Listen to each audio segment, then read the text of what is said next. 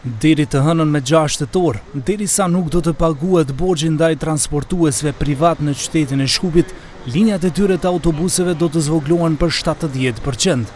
Transportuesit privat Jofi Bus, Vestor Trans dhe Rados Kompani, të cilët qarkullojnë në kryeqytet, sot kërkuan nga NÇP t'u paguhet borxhi prej 170 milion denarve, ndërsa deri më tani kanë marrë vetëm 90 milion denar.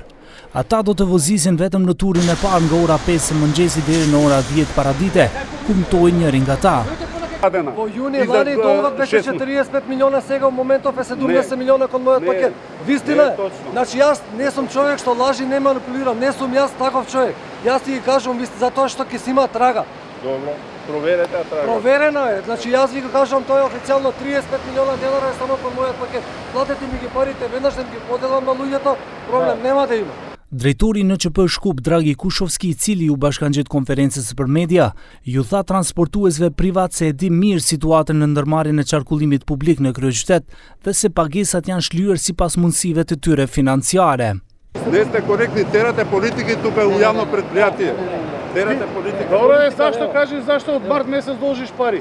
Зашто должиш од март, не за октомври? Од кога ти се тие пари долгот? Те прашувам од кога? Од кога сум дојден ја, долгот дали ти е намален? Зголем. Значи јас ќе ти ја покажам, јас имам документ. Transportuesit privat reaguan ndaj kësaj duke thënë se borxhi ishte më i madh, gjë që çoi në një debat të ashpër se cili informacion ishte i saktë. Të dyja palët kërkuan që të tregoheshin pagesat, por gjithçka mbeti vetëm fjalë. Transportuesit privat konfirmuan, por thanë se nuk u ishte paguar shuma totale, do të thotë ishte paguar vetëm një pjesë e vogël e borxhit. Dje u paguan nga 300.000 denar secilit dhe 5 javë më parë nga 10 milion denar secilit për borxhin e marsit.